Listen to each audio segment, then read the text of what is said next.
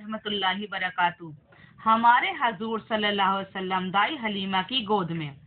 हजरत हलीमा सादिया हमारे हजूर सल्लल्लाहु अलैहि वसल्लम को में लिए अपने घर की तरफ जा रही थी और रास्ते में उन्हें बरकती ही बरकत नजर आ रही थी। मोहल्ले के हर घर से गुलाबों की खुशबू आ रही थी और हर तरह का एक अजीब सा नूर फैला हुआ था।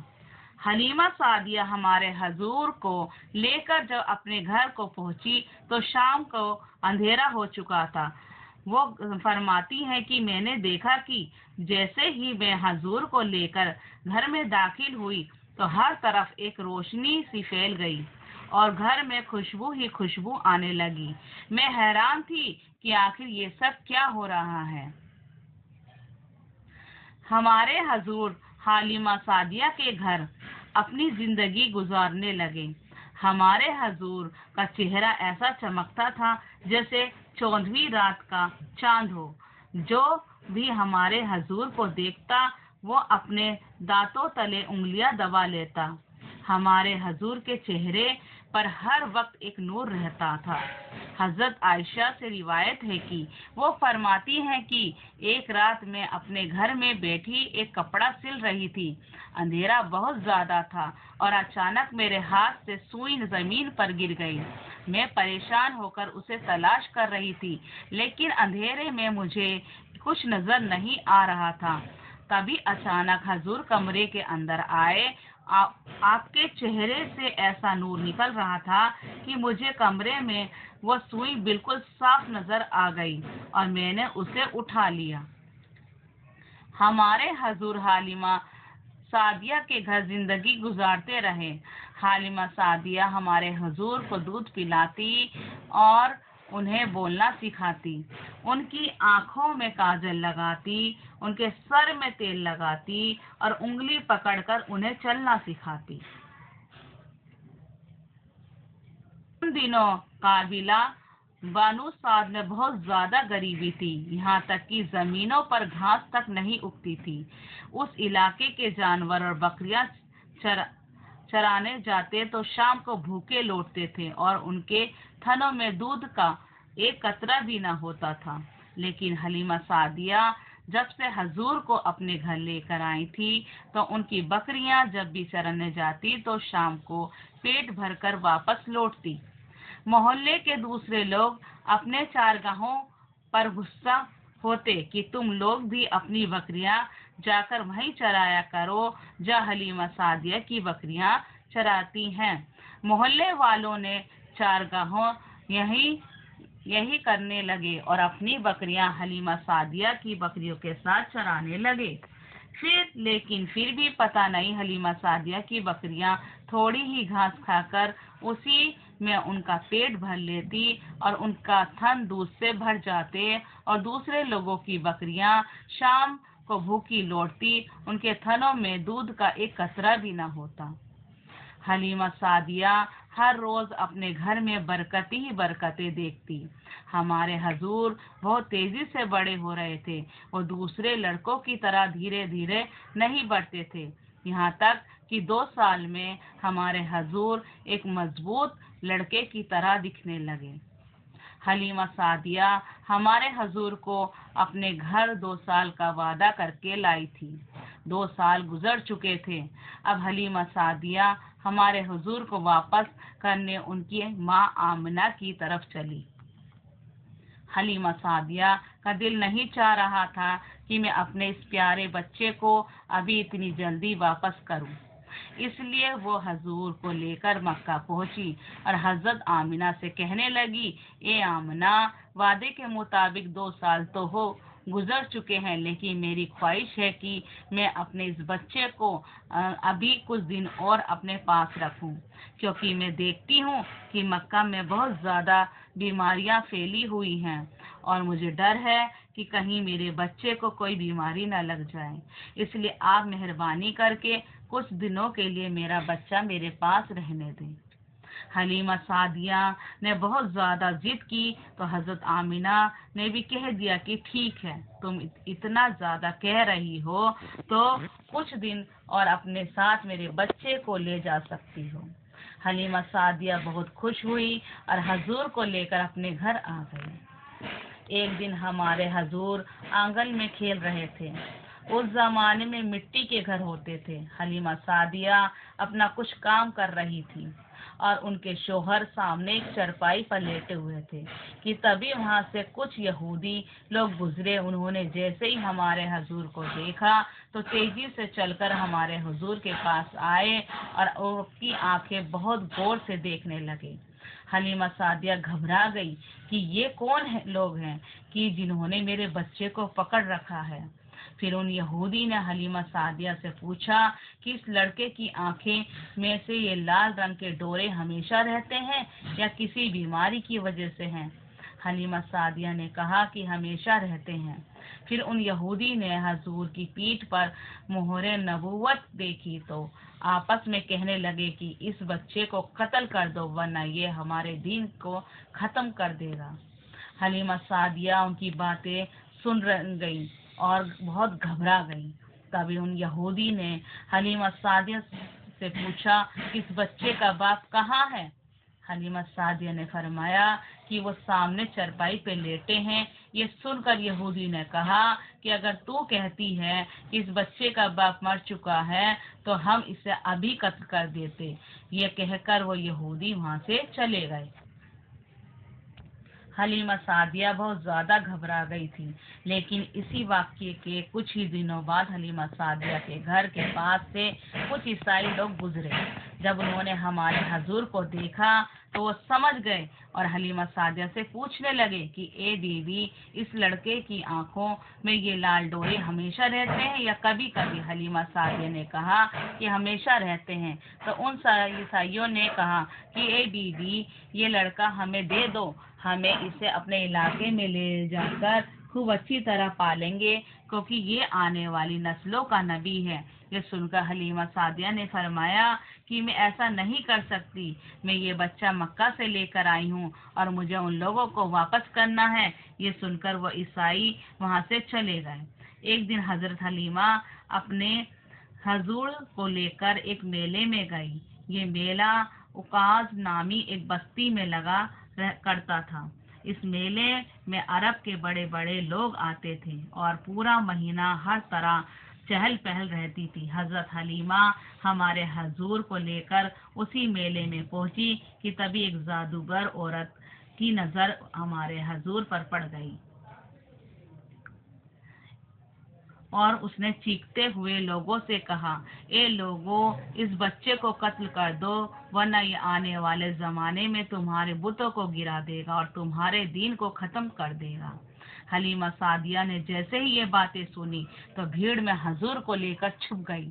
لوگوں نے ہمارے حضور کو بہت تلاش کیا لیکن اللہ کی مدد کی وہ لوگ ہمارے حضور کو نہ پا سکے۔ ہم حضرت حلیمہ تیزی سے حضور کو واپس لیے اپنے گھر کی طرف جا رہی تھی کہ ان کا گزر ذی الحجازہ بستی سے ہوا۔ یہ بھی ایک میلہ لگا ہوا تھا۔ اس میلے میں ہر سال ایک بہت بڑا جادوگر آ کر بیٹھتا تھا اور لوگوں کو دیکھتا ان کی قسمت بتاتا تھا۔ جب حضرت حلیمہ ہمارے حضور کو لے کر اس جادوگر کے پاس سے گزری تو اس جادوگر کی نظر جیسے ہی ہمارے حضور پر پڑی تو اس نے چیخنا شروع کر دیا اور کہنے لگا کہ یہ لوگوں، اس لڑکے کو مار ڈالو ورنہ یہ تمہارے دین کے ماننے والوں کو ختم کر دے گا اور تمہارے بتوں کو توڑ دے گا اور عرب میں تمہارے باپ دادا کی نشانیاں ختم کر دے گا۔ یہ کہتے ہوئے وہ جادوگر حضور کی طرح جھپٹا تاکہ آپ کو پکڑ کر جان سے مار دے، لیکن اسی وقت اس پر اللہ کا عذاب آ گیا اور وہ پاگل ہو گیا اور پھر اسی پاگل پن میں اس کی موت ہو گئی۔ یہ ساری چیزیں دیکھ کر حلیمہ سعدیہ بہت زیادہ گھبرا گئی۔ انہوں نے گھر آ کر اپنے شوہر کو بہت کچھ بتایا تو وہ کہنے لگے کہ یہ حلیمہ، مجھے تو اس بچے کے بارے میں ڈر لگنے لگا ہے۔ تم جتنا جلدی ہو سکے اس بچے کو اس کے گھر مکہ واپس کراؤ۔ इस बात को कई दिन गुजर गए। एक दिन हमारे हजूर ने अपनी माँ हलीमा सादिया से पूछा कि ए अम्मी जान, कि दिन भर मुझे अपना भाई अब्दुल्ला, अपनी बहन शीमा नजर नहीं आती, वे दोनों दिन में कहाँ चले जाते हैं? तो हलीमा सादिया ने बताया कि बेटा, वो दोनों दिन में बकरियां चराने जाते हैं और शाम को वापस आते हैं। तो हजूर ने कहा कि अम्मी जान, कल से मैं भी उनके साथ बकरियां चराने जाऊंगा। और फिर अगले दिन में हजूर भी अपने भाई बहन के साथ बकरियां चराने जाने लगे। 3 दिन बाद दोपहर का वक्त अचानक हजरत शीमा और उनके भाई अब्दुल्ला दौड़ते हुए घर आए। हलीमा सादिया के सामने रोते हुए कहने लगे, अम्मा जान, हमारे मक्की भाई को 2 लोगों ने पकड़ लिया, उनका सीना फाड़ दिया और उनके सीने में से कुछ निकाल रहे हैं। ये सुनकर हजरत हलीमा बहुत ज्यादा घबरा गई, अपने शोहर के साथ जंगल की तरफ भागी। जंगल में पहुंचकर देखा कि हमारे हजूर एक तरफ खड़े हुए हैं और कांप रहे हैं। हजूर ने चेहरे का रंग बदला हुआ था। हलीमा सादिया ने पहुंचते ही हजूर के गले से लगा लिया और कहने लगी, ए मेरे बच्चे, तुम्हें क्या हो गया? तुम परेशान क्यों हो? तो हजूर ने उन्हें सब कुछ बता दिया कि अम्मा जान, मैं अकेला यहाँ खड़ा हुआ था कि अचानक 2 आदमी आए। उन्होंने सफेद चादर पहनी हुई थी। उसमें से एक ने दूसरे से पूछा कि ये यही लड़का है? तो उसने कहा, हाँ, ये वही लड़का है। तो दूसरे ने कहा, यही वो लड़का है जिसके बारे में अल्लाह ने हुक्म दिया है। और फिर उन दोनों ने मुझे जमीन पर लेटा दिया और मेरा सीना फाड़कर अंदर से कुछ चीज निकाली, उसे फेंक दिया, फिर मेरे सीने को किसी चीज से सिल दिया। अम्मा जान, मुझे इतनी देर जरा भी दर्द ना हुआ। ये शक के सदर का वाकया है कि अल्लाह ने हजरत जिब्राहील व मिकाईल को भेजा था और हजूर के अंदर से वो चीज निकलवाया दी थी जिसकी वजह से इंसान गुनाह करता है और शैतान उस पर हावी होता है। तो हमारे हजूर को बचपन से ही पाकीज़ा बना दिया गया था। यह सुनकर हलीमा सादिया बहुत ज्यादा घबरा गई और हजूर को लेकर अपने घर पहुंची। शौहर ने कहा कि ए हलीमा, अब तुम देर न करो, बल्कि आज ही इस बच्चे को लेकर मक्का जाओ, उसे उसकी माँ के हवाले कर दो। मुझे डर है कि अब इस बच्चे के साथ कुछ बुरा होने वाला है। हजरत हलीमा सादिया हजूर को लेकर मक्का की तरफ चल दी। 2 दिनों के सफर के बाद वो मक्का पहुंची, लेकिन अभी वो मक्का में दाखिल हो रही थी कि अचानक हमारे हजूर उनके हाथों से कहीं गायब हो गए। वो बहुत परेशान हो गई। शाम का वक्त हो रहा था और हजरत हलीमा इधर उधर हमारे हजूर को तलाश कर रही थी, लेकिन कुछ पता नहीं लग रहा था। आखिर परेशान होकर दौड़ती हुई हजरत अब्दुल मुतालिब के पास पहुंची और कहने लगी कि ए अब्दुल मुतालिब, मैं आपके पोते मोहम्मद को वापस करने मक्का आ रही थी कि पता नहीं मक्का के पास अचानक वो कहीं गायब हो गए।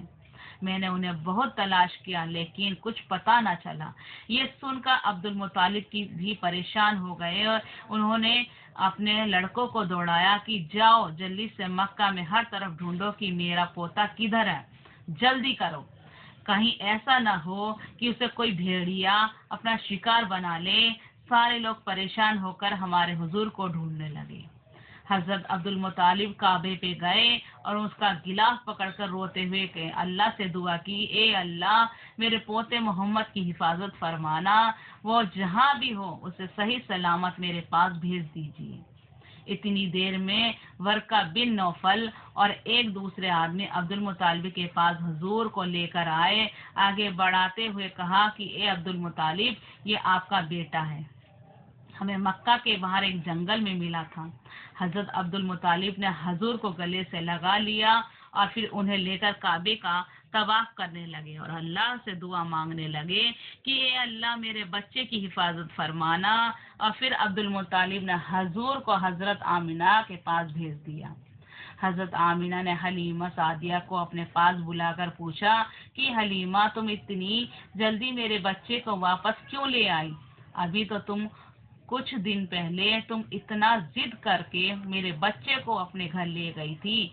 हलीमा सादिया ने फरमाया कि ए आमिना, हमारा आपका वादा 2 साल का हुआ था कि मैं 2 साल इस बच्चे को अपने यहाँ दूध पिलाऊंगी। अब 2 साल गुजर चुके हैं, इसलिए मैं चाहती हूँ कि अब आप ही अपने बच्चे को पालें। हजरत आमिना समझ गई कि बात कुछ और है, इसलिए कहने लगी कि हलीमा, सही सही बताओ कि असल मामला क्या है। जब हजरत आमिना ने बहुत ज्यादा कहा तो हलीमा सादिया ने उन्हें सब कुछ बता दिया, कैसे जादूगर ने कत्ल करने को कहा और यहूदियों ने कत्ल करने की कोशिश की थी, फिर उनके सीने के 2 लोगों ने कैसे फाड़ा था। हलीमा सादिया सारी बात बताती जा रही थी, रो रो कर कह रही थी कि मुझे डर लग रहा था कहीं मेरे इस बच्चे के साथ कुछ बुरा न हो जाए। तो हजरत आमिना ने कहा कि हलीमा, क्या तुम मेरे बच्चे पर शैतान से डरती हो कि कहीं शैतान मेरे इस बच्चे को कोई नुकसान ना पहुंचा दे। तो हजरत हलीमा ने कहा कि हाँ आमिना, मुझे इसी बात का डर लगता है। तो हजरत आमिना ने फरमाया कि ये हलीमा, ऐसा हरगिज न होगा। जब मेरे इस बच्चे की पैदाइश हो रही थी तो मैंने देखा कि मेरे अंदर से एक नूर निकला है कि जिससे सारी दुनिया को रोशनी कर दी। और फिर हजरत आमिना ने दाई हलीमा की पैदाइशी के वक्त के सारे मौजीमे बतलाए और फरमाया कि ए हलीमा, अब तुम जा सकती हो, मैं खुद चाहती थी मेरा प्यारा बच्चा अब मेरे पास आ जाए। दाई हलीमा वापस चली गई और फिर हमारे हजूर अपनी अम्मी हजरत आमिना के पास जिंदगी गुजारने लगी। आमीन।